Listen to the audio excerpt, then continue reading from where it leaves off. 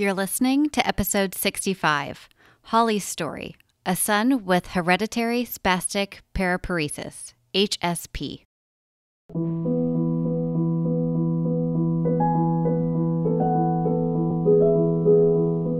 Hi, and welcome to the Child Life On Call podcast.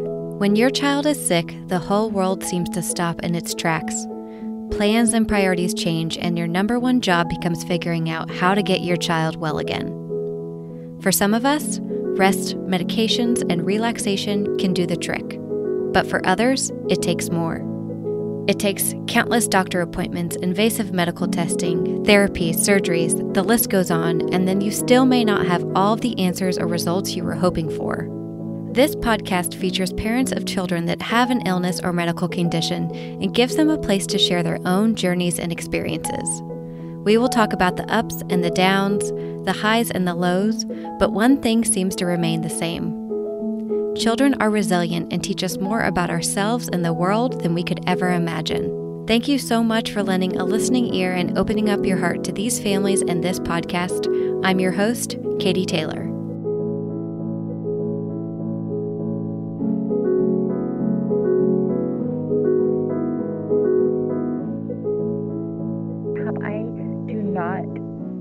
Want to go down this road again with cognitive. I've already dealt with the physical part of things, but if I have to, I have to. I know I'm strong enough to do that now. Hello, my friends. I'm so happy you're here today, and I cannot wait for you to meet Holly. She is freaking hilarious. And honestly, her sense of humor just makes you feel instantly connected to her. And I just love how she tells stories about her family and gives such honest perspective with kind of a humor twist, which I am obviously a fan of. If you've been listening to this podcast for a while, you know I love to be silly and joke around, and I'm incredibly sarcastic. So Holly, right up my alley. Love it. So we're going to be talking about her son, Austin, who has HSP. And then it's a pretty interesting story. He was, whatever you want to call it, he was born with this. This is a genetic condition. And he was actually typical until just after his first birthday, when he started to regress.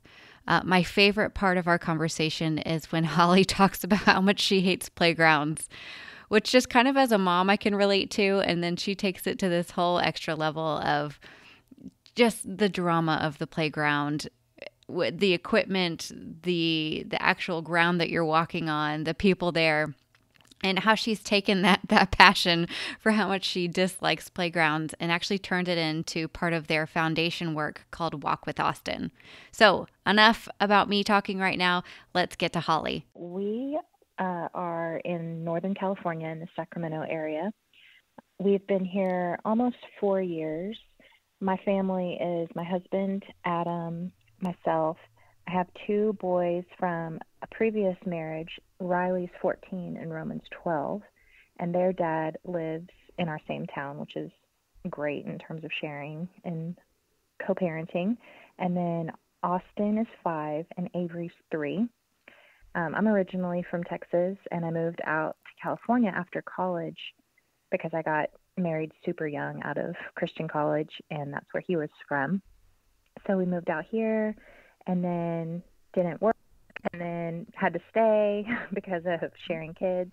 Right. And then I met my husband, Adam, at the sheriff's office. He was a deputy, and I was doing youth programs like mentoring programs and DARE and all that kind of thing. Oh, and cool. So we worked together, and it was kind of nice to see someone as a friend with no interest at all and like get to know them that way, and then develop into more, which was great.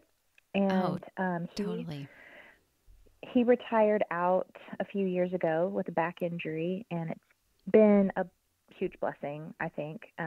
Law enforcement's really hard on any person and any family, especially right now. Mm-hmm. And it sucks to have a bad back, of course, but his quality of life is a lot better now. And he transitioned into like sales, and I started staying home a few years ago to be a momager. And we moved to the Sacramento area because it's a little slower pace than the Bay. and more affordable, more suburban, that kind of thing. So we really love it here. So let's talk about, sweet Austin. I obviously just love his name. He's who we'll be focusing on today. So I guess talk a little bit about the beginning of your journey, and if you can take yourself kind of back to what happened. Sure. So Austin had a totally typical pregnancy, totally typical birth. Everything was meeting milestones and everything until 12 months. And at 12 months, he started walking, like toddling like a little, drunken sailor, and adorable, just the apple of our eye, because I had two older boys who just, thought he was the best thing. Yeah. And he still is. But after 12 months, he got his MMR and had some kind of reaction to it, like hives. And I didn't really think much of it because that's one of the possible reactions to it. But also, he got an ear infection like a week after. And so he tried penicillin for the first time, or amoxicillin. And so we didn't know if it was the vaccine or the penicillin that became an allergy. Anyway, all that to say, it was like pretty typical. My older boys always had mystery rashes, no big deal, whatever. But after that, he regressed, and it wasn't overnight. So I don't know if it was a vaccine injury. I don't even have a strong enough opinion about that to go there. But I will say that the timing sucks because then it makes you question. Sure. But he started to regress. So he started cruising along furniture again and crawling, and he would not let go of our hands when we were having him walk. So I don't know, we just thought it was a phase for maybe a month or so, and then we emailed our pediatrician, and she said we don't really worry about this until 18 months, blah, blah, blah. So we went in at 15 months for maybe like a normal thing or an ear infection, and she was like, oh, no, his gait does look interesting. We need to see a neurologist. So we were like, okay. In the meantime, because he'd had several ear infections, we got tubes in thinking maybe that was affecting his balance. And he was also not just the walking issue. If he was sitting and laughed too hard, he would fall right over, like no balance at all. And it's so hard to tell because at that age, they're falling over anyway and bumping their head on every single thing. But she noticed too. And so we went to a neurologist.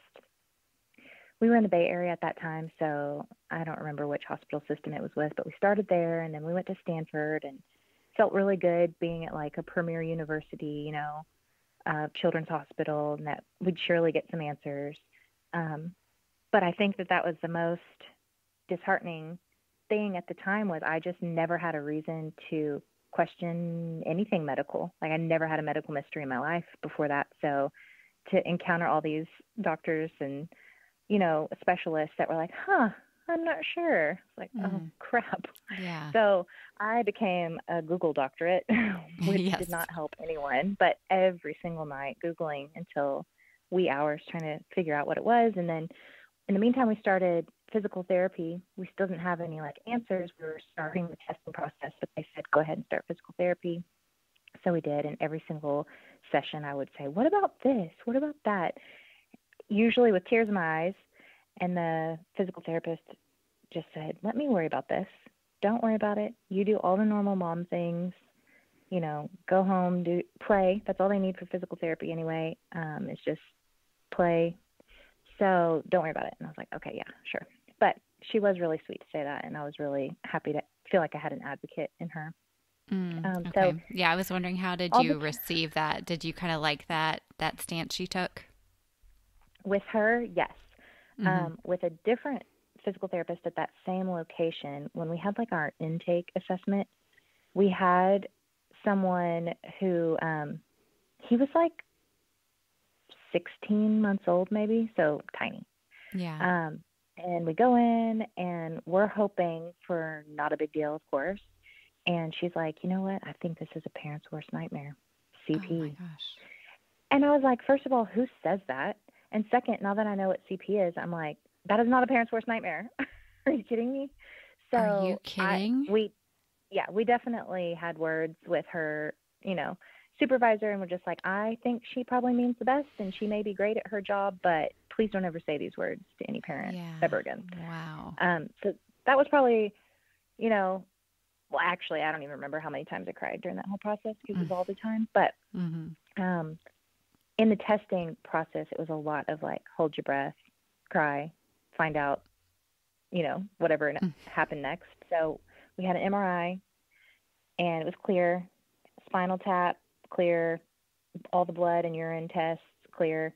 The urine test was hilarious because I have to tape a bag to a little baby area. Yeah. And then all these things you learn, you're like, wow, that's fun to do that. Yeah.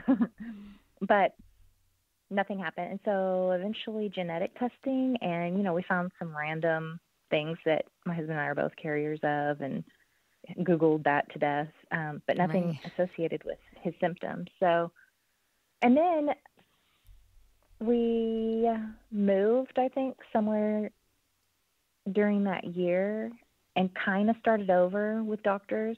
We only moved 2 hours away, so we could have stuck with them, but since they weren't giving us any answers anyway, we were like, oh, yeah, fresh eyes.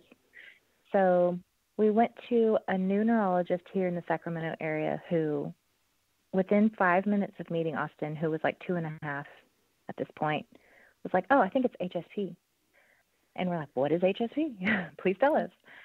He said, it's hereditary spastic paraparesis, and I've had, a handful of these kids in my, tenure of practice, whatever.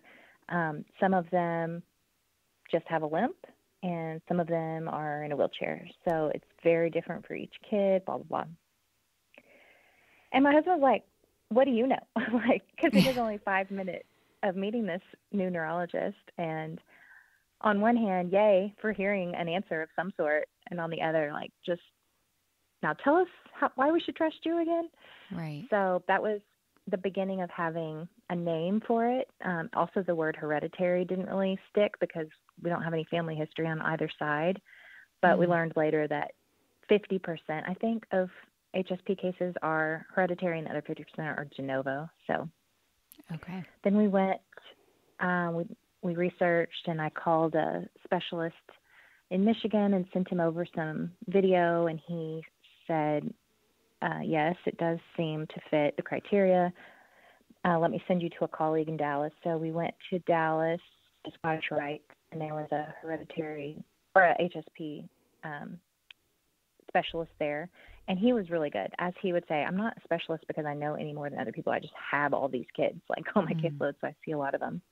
But we went to that, and that was awesome because it coincided with a pediatric HSP conference, so we got to meet other families with the same diagnosis, and that was really neat. It was, I was new to the special needs mom world, so I don't have the best tact. On the shuttle from the airport, there was a young girl in a wheelchair and her mom, and I was like, are you here for the HSP conference? She was like, yes, we are. I was like, thank God, because that would have been really embarrassing if not. But I was super excited to meet someone in our same walk of life. Yeah, so because at that time, confirmation. Yeah, go ahead. We just kind of we had that appointment, and then at that conference we kind of got a confirmation. And I say kind of, and I'll talk more about that, but it's still just a clinical diagnosis. It's not genetic. We've not identified the gene yet. And so we're 95% certain this is what it is, and we don't have any other good leads, but I'm still holding out for that genetic confirmation. But yeah, at that clinic, that's basically what they said as well, clinical diagnosis. When you met other families, were they kind of in the same boat in that they have this clinical diagnosis and awaiting the genetic response? There was a major, spectrum of what people knew or had, and the thing with HSP too is that, and since being diagnosed with HSP, we now call it spastic paraplegia when we're explaining it to people, because the hereditary thing just brings a different part of the conversation that we don't even need to have because nobody else has it. Totally. And then paraparesis, I'm definitely not a doctor, so don't quote me, but it's, the limited use of, and whereas paraplegia Austin really doesn't have any use of his legs in terms of weight bearing and stuff now. So we just say spastic paraplegia to be like succinct about it. But Mm. everyone there, Austin was in the youngest range at that time, like 2.5, 3, all the way up to teenagers. And some people had crutches, like walking crutches, and then some people were in chairs. Everyone was different. And then there's pure HSP, which only affects neuromuscular waist down. Or there's complicated HSP, which is common with any kind of neurological difference in that there's multiple. So someone might also have epilepsy or also have, I don't know what else there is, all the things. So it's Sure. kind of hard to tease out sometimes. We thought that Austin had pure in that he was only affected from the waist down with his muscles having low tone, but also spasticity and being really rigid. But now he's 5, almost 6, and his speech is still pretty delayed, and his fine motor, like he gets occupational therapy for fine motor as well. So just recently we saw a new geneticist at Shriners who suggested we get some fresh eyes again because it's probably HSP plus something else. So that's where we're at right Okay. now. I love how you decide to call it something that makes sense to you and fits with him. And the Yeah, reason I love that is because, I mean, the doctors got to make up all these words. Like, why yeah, can't parents call it what they want, what totally. makes sense to them? And I love that. And I think anyone listening should just call whatever their child has, whatever diagnosis, whatever feels best to them. I mean, I truthfully, it's agree. nobody's business what the actual, you know, Yeah, medical dictionary version is. You call it yeah, what you want to call it. And I love that. yeah. I mean, they first of all, they barely know. They just kind of Right. guessed. Just kidding. It is an educated guess. But also, it's super rare, so it's not like anyone's going to correct me. Right. um, Totally. and it makes sense, like you said. It just makes sense, and it kind of tells people what they need to know. If it's like an acquaintance thing where you're just going to give Right. like the elevator speech version, Yeah. then if it's like a school aid or something, of course I'll go into more detail. But and a lot of times I say it's very similar to CP because people just understand CP better, Sure. including our current physical therapy. Like people, they, I think our current therapist has never had anyone with spastic paraplegia. So I just, Okay. he treats him just like he has CP. Yeah. The other thing I wanted to ask you about is, we can say till you're blue in the face, don't Google, you're going to find worst case scenarios, but You're right. that's just not going to happen. Like we're going to Yeah. Google ourselves. So I guess, are there any like tips or like tricks that you found in your Googling, or like when to put your phone down, when to pick it up, Yeah. like any insight on that? That is a good question. I'm an over Googler in general, kind of a super sleuth. So I love to just find something that I feel like nobody else found, which is kind of ridiculous in terms of the medical world because definitely not trained or my job. But um, I think in the unknown years before we had any type of diagnoses, I was grasping at straws big time. And so a lot of that was probably pretty futile, but I wanted to have answers. Mm-hmm. Um, but in retrospect, it was not very helpful. I wish that maybe I had spent that time. Well, you can't know what you don't Right. know. You know what I mean? Right. So Mm-hmm. I'm not going to say I wish I wouldn't, but what I still do it. I still Google the what ifs.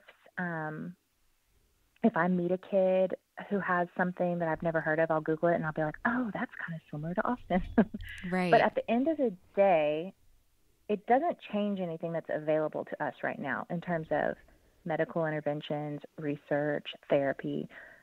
He's never qualified for any type of like research, clinical trials, anything like that because we don't know exactly genetically what he has.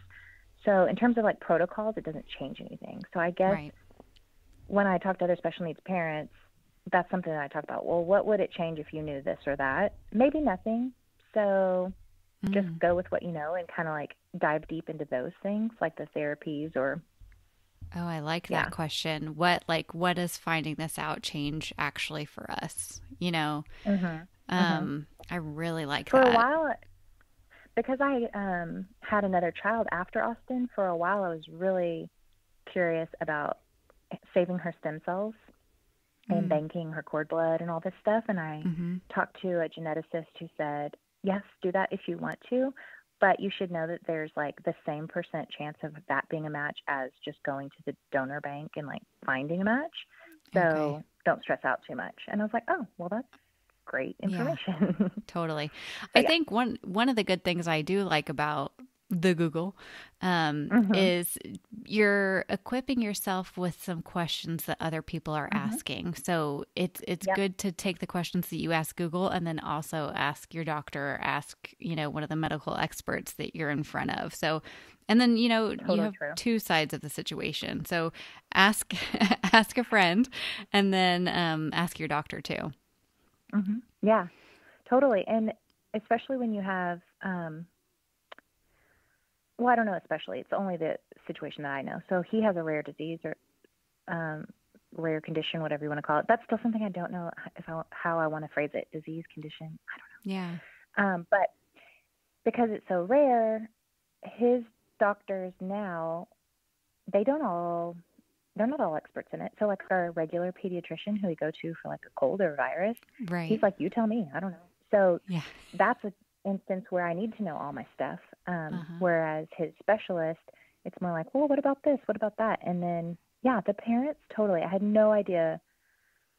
Not that I feel like solely responsible, but kind of like Yeah. I'm the only one that's like fully in charge of this whole chart situation and medical Right. history and everything. So, yeah, that was another job that I So took. it's the momager side that you were talking about. Um, Totally. Yes. and tell me about, what is your method for keeping track of his chart, of his appointments? Oh, How do Lord. you I'm the juggle worst. it?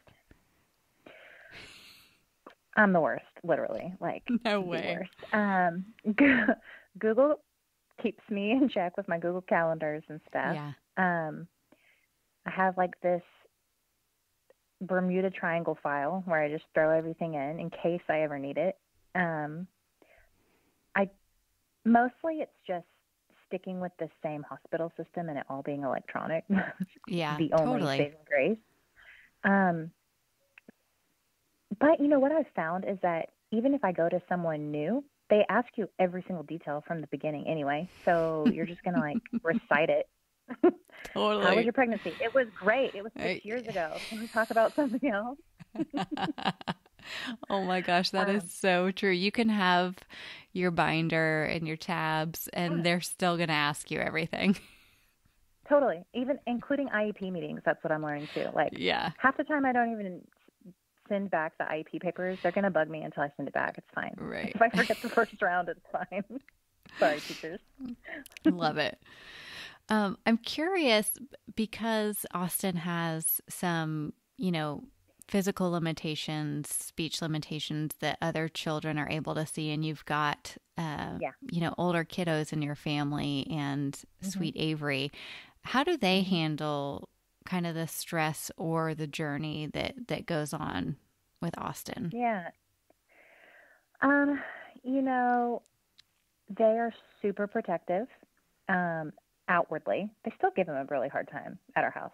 Like Mm-hmm. they like, typical little brother. He's a pest, right? Oh, But totally. the older ones are super protective. Um, they're so much more aware than they ever would have been before, myself included. Like, we'll just go somewhere and be like, "Where's the ramp?" You don't even think Yeah. about that stuff until you have someone with wheels of any kind. Um, so they're super protective. I'm hoping that because of their ages, 12 and 14, I'm hoping that it translates into them being like kind people in general and like more understanding people. They're kind of turds right now because of their Yeah. age, but Yeah. but they are also like, I mean, so accommodating. Will help with anything. One of them, he's a middle, and I believe in a lot of the birth order stuff.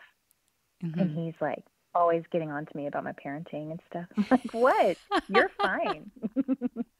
He's like, he just like thinks I'm crazy. But then Yeah. Avery is, she definitely doesn't know any different. She's the little helper.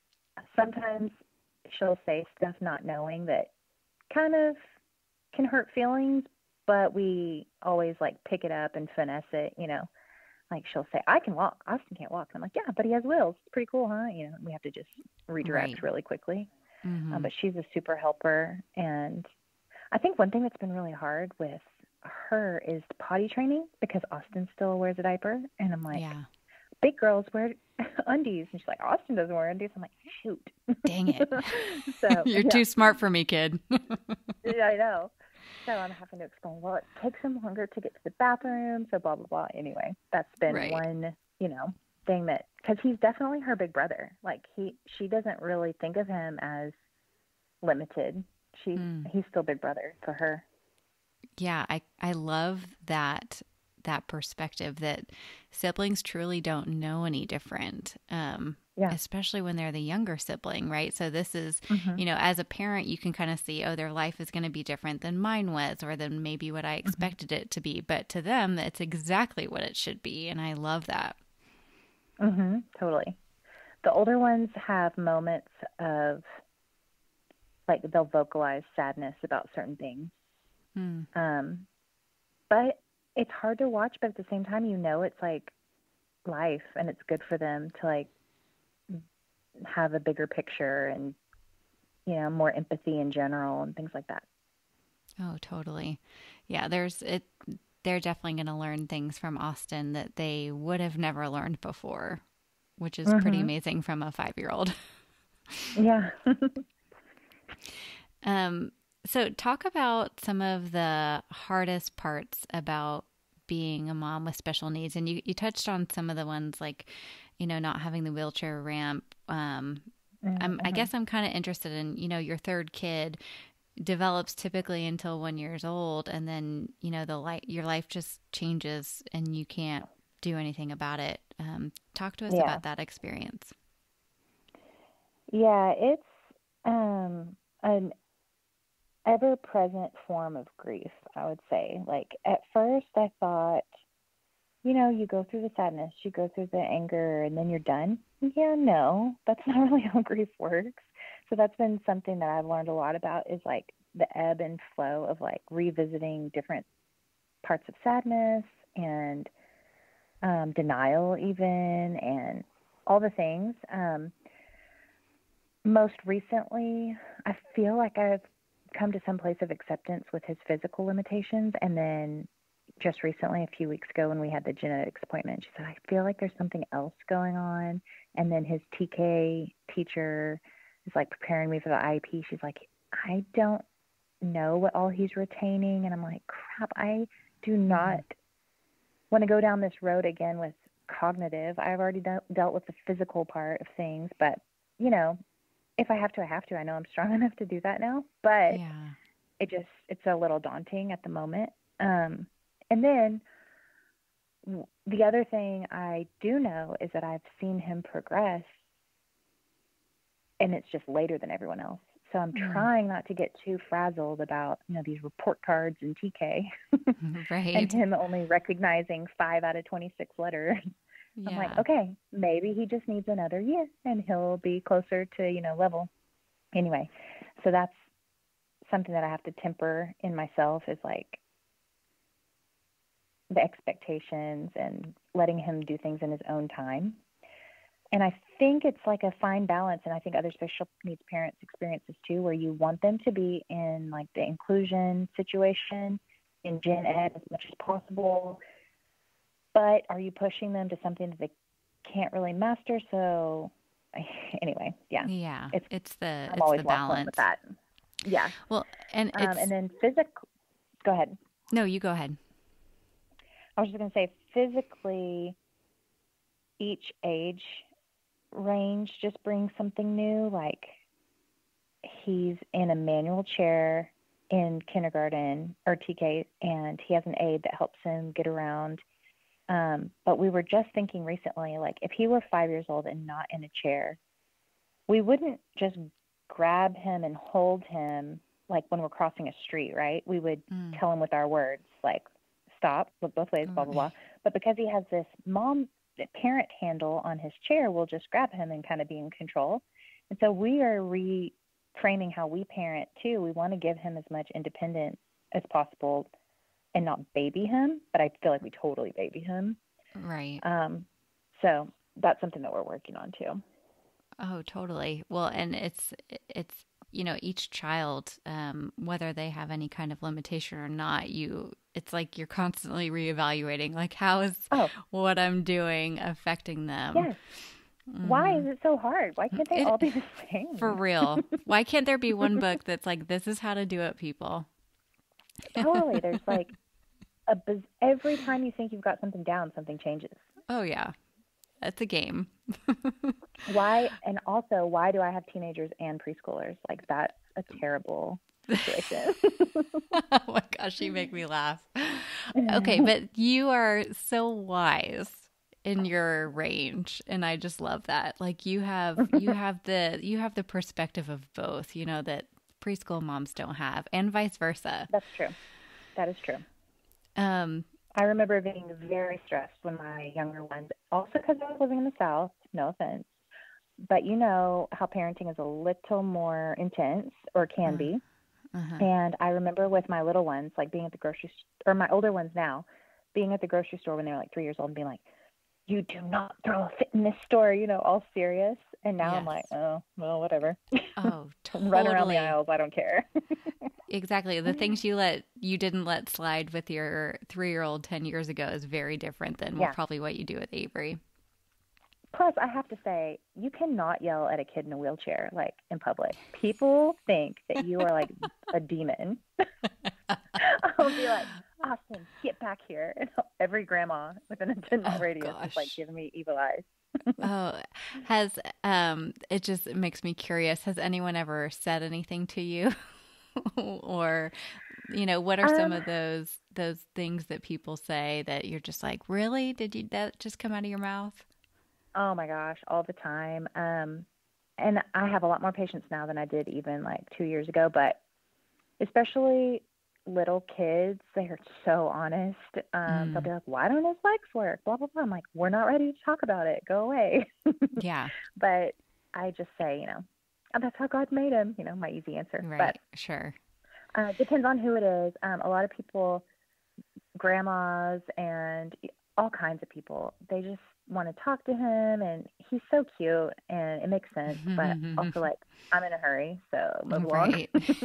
But Totally. people like randomly buy him stuff. They'll, like, we were in line the other day and someone was like, "Oh, you want a sucker? Okay, I'll buy you a sucker." I'm Oh like, my guys, gosh. stop spoiling my child.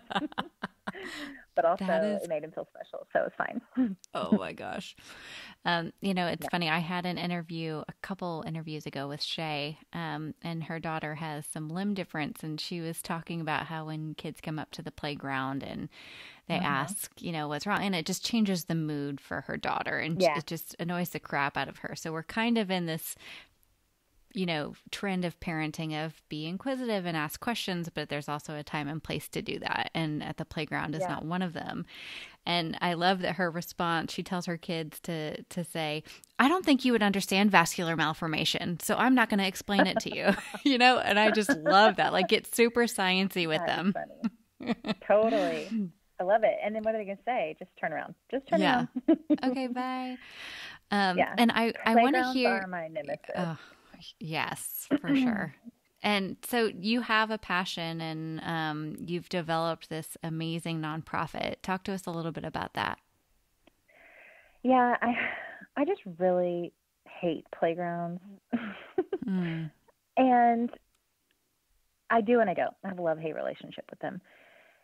At first I hated them because I felt like, super sad every time we were there. I didn't want to look like an other. I didn't want to explain it to anyone, etc. And Austin looks, physically, it's very obvious. He is crawling at the playground. Now he's a little old for that. So I carry him everywhere. That's the second reason I hate playgrounds mm, because I don't want to crawl up to the top of the slide and go down with him every time.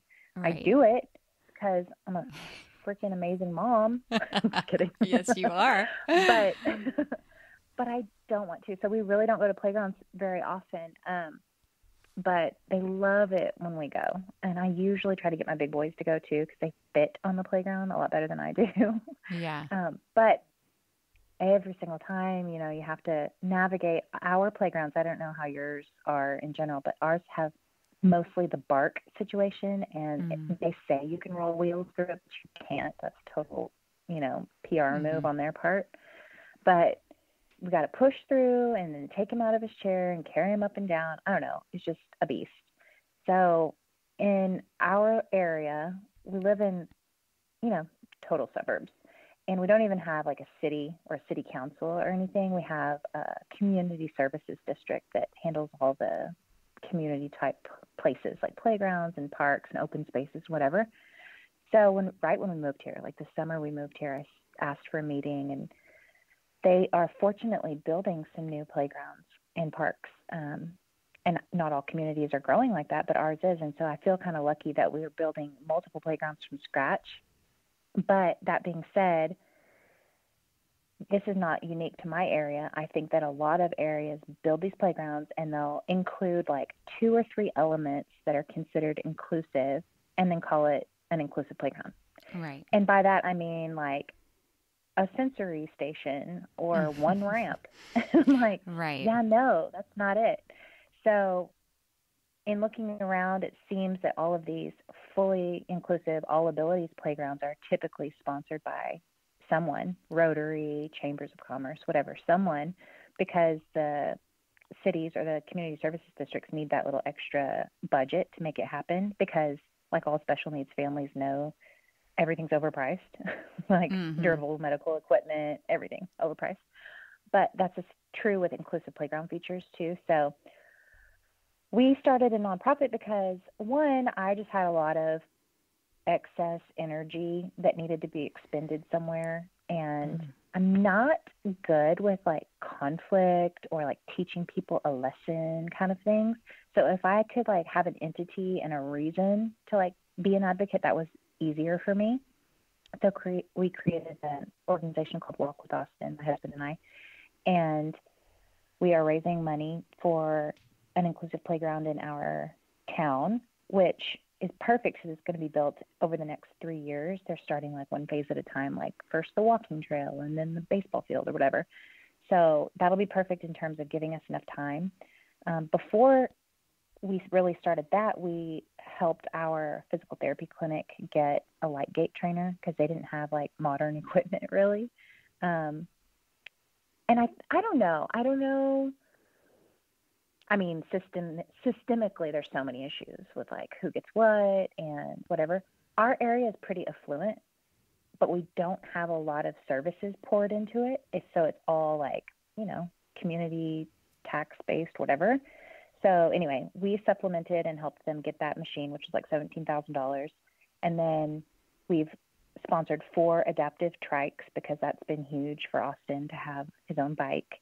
Wow. And then we've raised $50,000 toward the playground, but we need like 200 more. So we've got a ways to go. That's a lot of money. Yeah. I mean, it's been awesome. And like the grassrootsness of it all has been awesome. COVID sucked. It like sucked the life out of us for that long. But I'm super jazzed about what is to come because we have so many people that are like willing to help. We have somebody who's helping us get like a virtual walkathon set up for spring or early summer.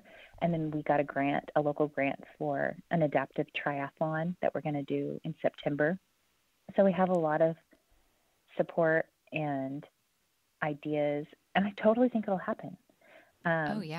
It's been great. It's been great for me to have an outlet for, my newfound passion. Absolutely. Yeah. Well, I love that, and definitely make sure that you send me the information about the virtual walkathon, or what, whatever, triathlon, whatever comes up, so that we can share it with our community and keep everybody up to date. I want to ask a real question about, I find a lot of parents and professionals typically in healthcare who do have this kind of excess passion, i.e., this podcast for me is an example of that. Exactly. That, it's not a whole lot. Well, it's zero return on investment for me, but, this is my calling and this is absolutely my passion. And so, but as a special needs parent, you're juggling so much. But tell me about like the balance of also doing this nonprofit. How do you balance your week really with having to do it Yeah. all?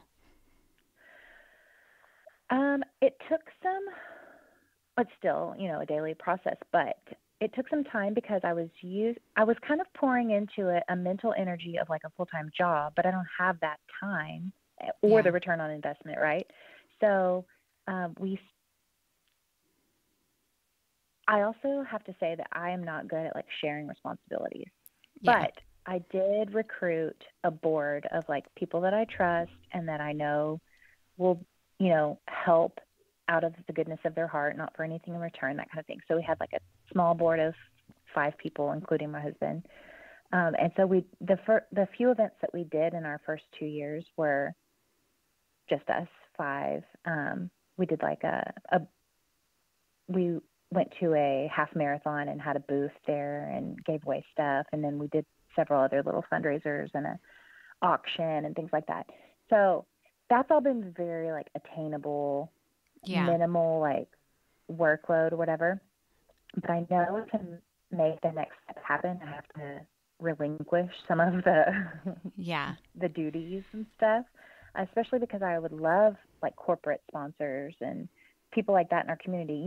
That, some company wants like Costco playground, whatever, Totally. somebody wants to Totally. sponsor this kind of thing. But it's all about like the connections and finding, and I'm just one person, so that's not always going to be me. So that's probably the biggest thing is like I feel so passionately about it that I want to hold on to every detail, but that's just not Yeah. realistic. So getting other people involved and letting them run with stuff is important. Well, and it sounds like too, like just managing the expectations of this will take longer than you think it will, Yes, absolutely.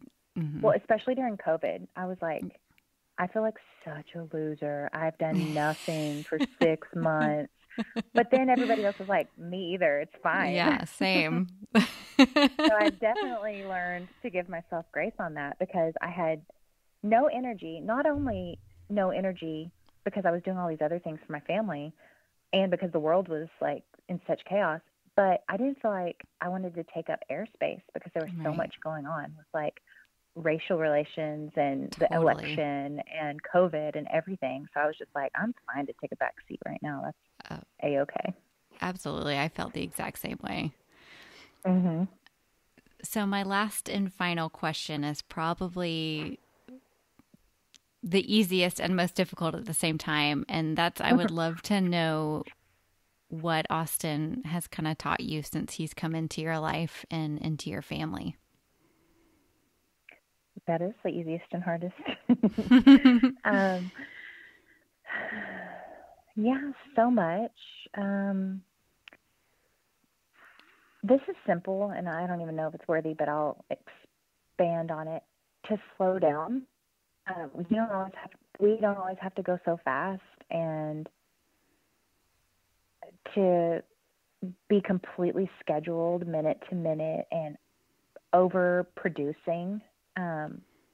It's really taught me about like self-worth and that we're all valuable just because, not because Mm. we can give this one thing or produce this thing.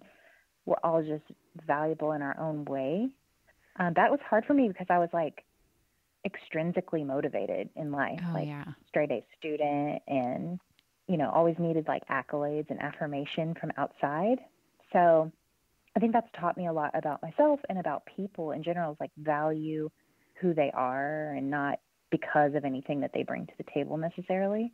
Mm. Um, and of course, just like the obvious is to realize that everyone has their own strengths and weaknesses and journeys. And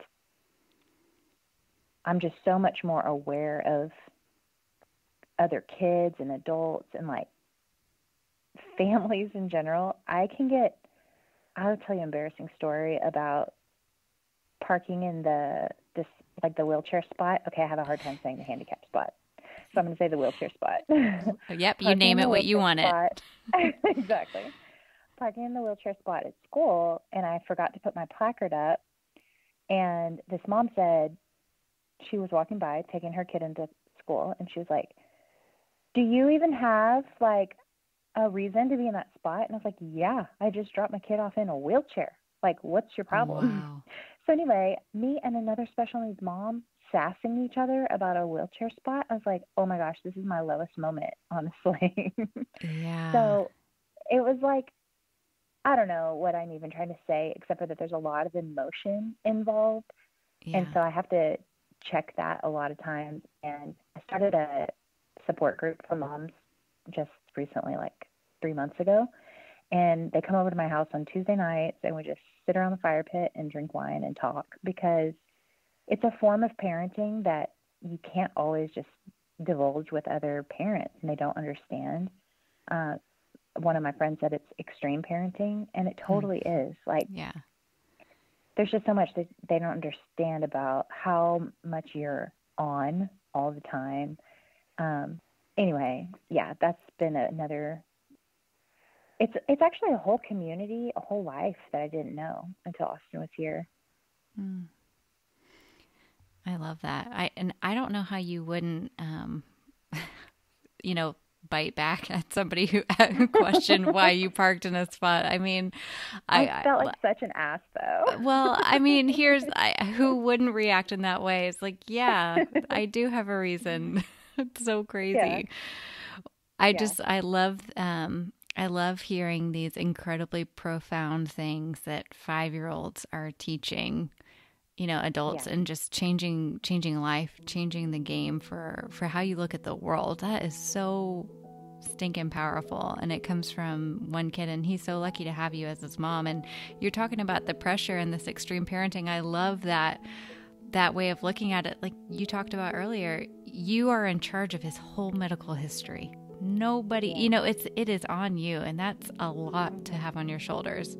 So, and I love that COVID is, getting somewhat contained with this vaccine and all of this. And so that you're able to be with people again and talk with moms around a fire pit, for God's sake. Like, that is so important.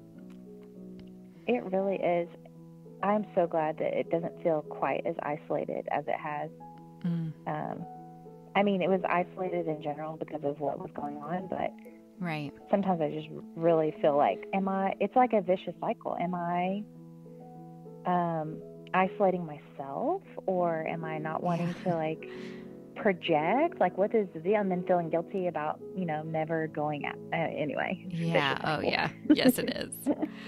Well, we definitely want to hear about all of the things Walk with Austin, and please let us know how we can follow along with you guys on social media. For sure. We are on Instagram and Facebook, and just Walk with Austin is the handle. So we'd love to have any and all people who want to support, or just have a community of other, people in the special needs realm. Thank you so much, Holly, for being on the podcast today and sharing your story. We will definitely check out Walk with Austin. And I just love how you turned that playground situation and turned it into something pretty beautiful. So I really appreciate you being here. And listeners, thanks for being here. Make sure you share this episode so that others can learn more. Thank you for listening to the Child Life On Call podcast. I'm your host, Katie Taylor, and you can follow us at Child Life On Call on Facebook, Twitter, and Instagram. Please rate and review to make it easier for other families to find us. We have cute merch available at www.bonfire.com/store/Child Life On Call, and you can listen to more episodes and find resources at childlifepodcast.com.